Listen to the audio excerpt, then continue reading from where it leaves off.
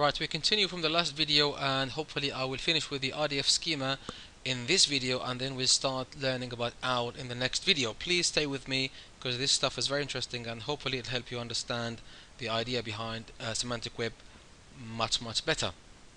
Now, we learned in the last video that, focus on this one please, that using the semantic web standards by adding one property to the metadata about, for example, an existing resource, the example we had before, that resource becomes a member of a class that it wasn't a member of before. And remember when we learned about how things are perceived in object-oriented sense and in the semantic web on the RDFS and OWL approach. Yes, remember when we talked about members of classes and how they are perceived and how they are understood, the way that RDFS and OWL approach looks at things, and sort of in the opposite direction. Now, this ability of RDF resources to become members of classes based on their data values has made semantic web technology popular in areas such as, for example, medical research and intelligence agencies. Now, remember that, from here, we don't have to declare that something is a member of a class. If we just give it a property, and that property has as its domain a certain class, then the subject or that individual or that resource that we give this property to automatically becomes a member of that class.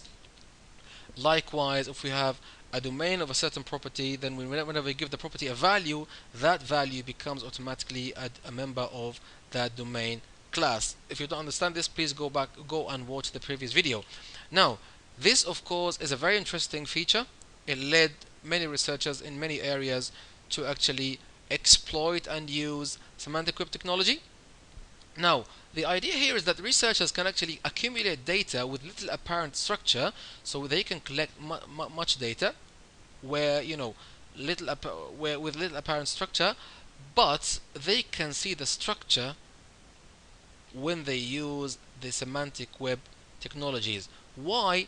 It's because sometimes when we add properties and try to link things to each other, properties, of course, they have domains and ranges, then many resources turn out to be members of some classes, and the relationships between them become much clearer.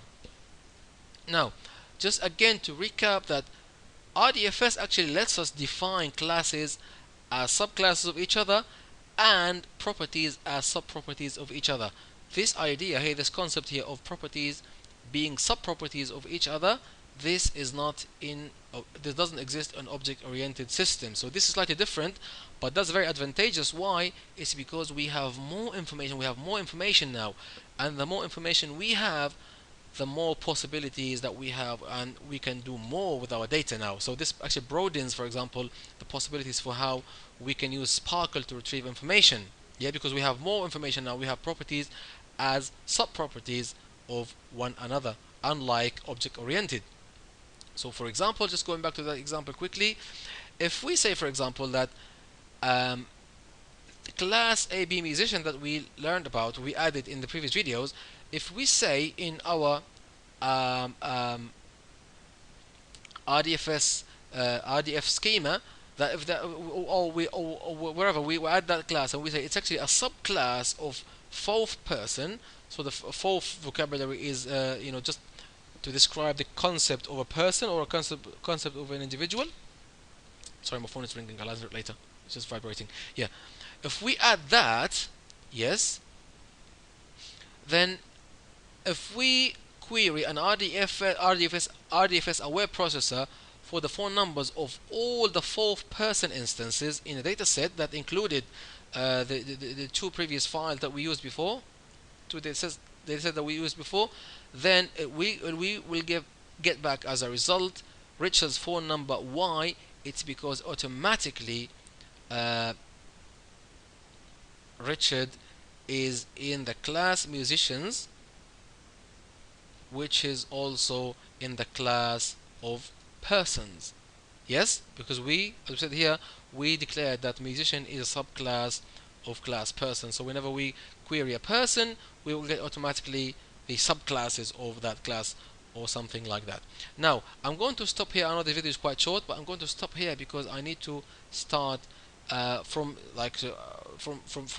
the beginning of video to explain what OWL is and what ontologies are and the rest of the relevant information.